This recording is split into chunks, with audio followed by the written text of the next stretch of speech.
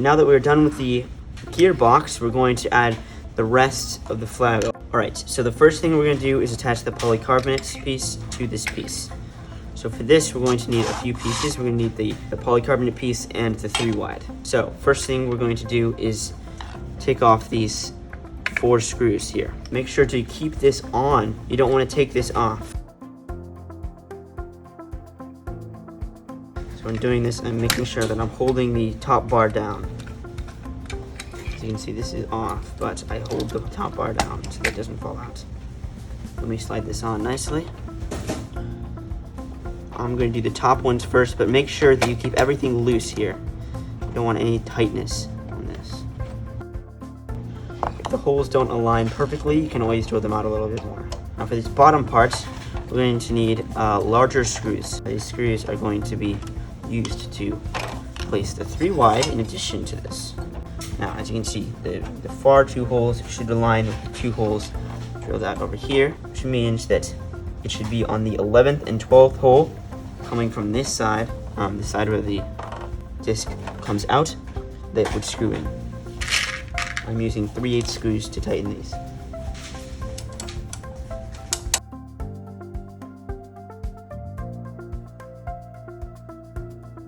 I'll keep everything loose here to make sure that it's all strong. Tighten these back 2 first. And then we're going to get out another piece. This piece is the 23 hole that we have.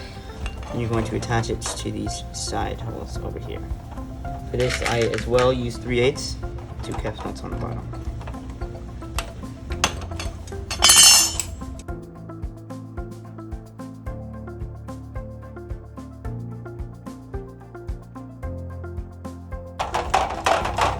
Remember, all this is doing is making it so that over here, you can tighten these 2 screws down.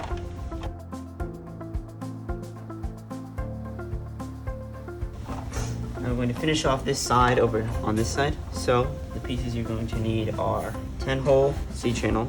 You're going to need the 8-hole 3x1 1.5 inch standoff and the 5-hole 1x3. Here we're going to start by attaching the 10-hole to on the 5th hole down. So this should be resting right about here, right where the hole is, which means this is going to be attaching with 5 holes on the 6th hole.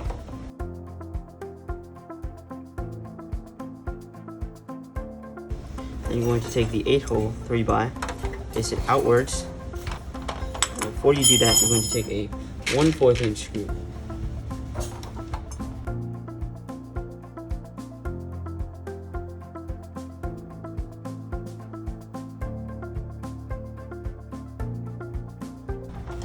Now you're going to keep this loose because there's another black hole you should see that should slide in nicely. Take another clip nuts.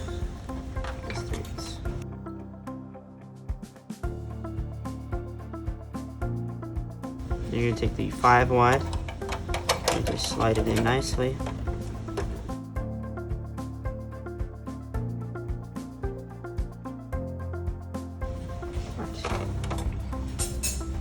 Slide this out with 2 holes remaining in the end. You take a 1/4 screw and just screw it in.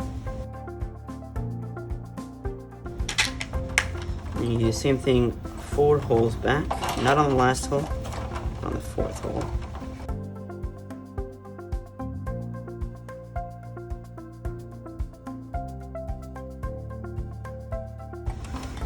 Finally, I'm going to take a screwdriver and retighten everything.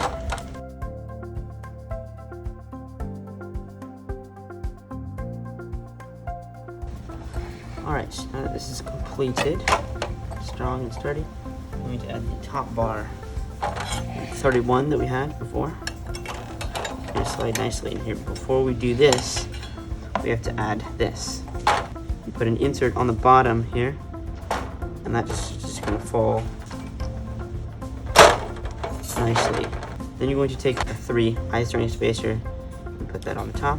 And then I'm going to take the 31 hole. And this is going to screw directly in here, except there's going to be 2 washers between this screw. You can still use 1/4 inch, but there are 2 washers.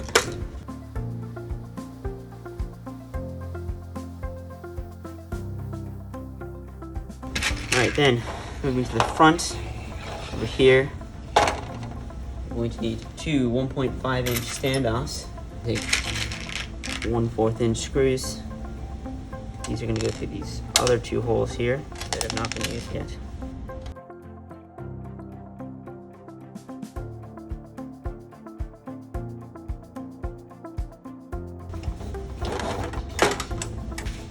Tighten these 2 down.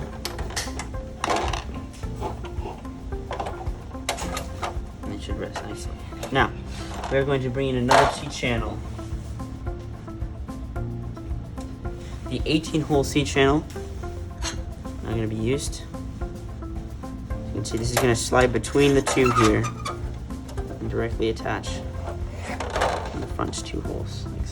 You can take 3/8 screws here.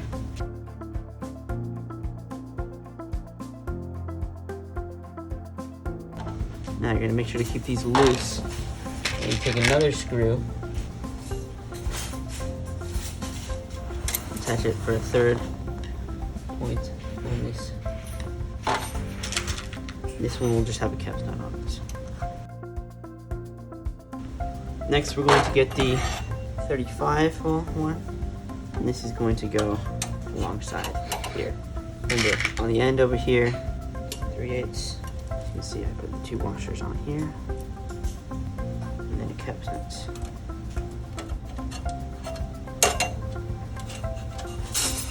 Now, once again, we keep this loose as well, and we attach this to the proper holes.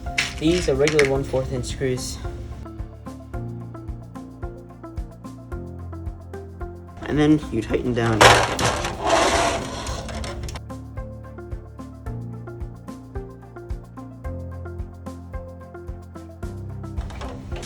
Finally, you take the bushing here, as you can see, slide it on.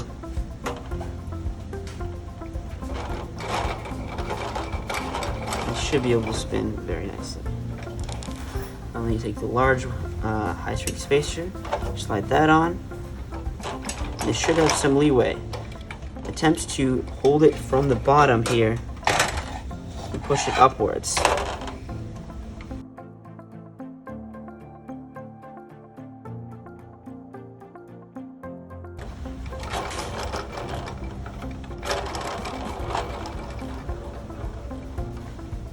Alright, we almost completed flywheel parts itself. We're going to now take the rubber parts, the other polycarbonate parts, inside here. Now, when attaching this, you have a 1/2 inch screw here. We're going to place a 2 spacer. I'm going to slide that in nicely, like so. And this is going to go onto the second to last hole.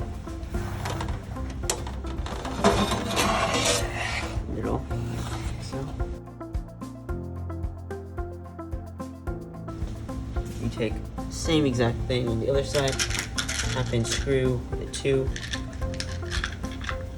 and this one should go 1 hole back.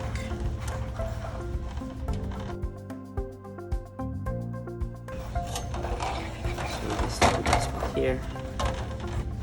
So then you're going to take 1.25 inch screws and 2 1/2 inch spacers. Slide them on like so. You need a caps nut here. And this is going to go in the 5th hole back. It should be pressing up against the polycarbonate piece. Alright, you do the same thing for the 3/8 on the other side. This one is a 1 inch screw. You're going to take a 4,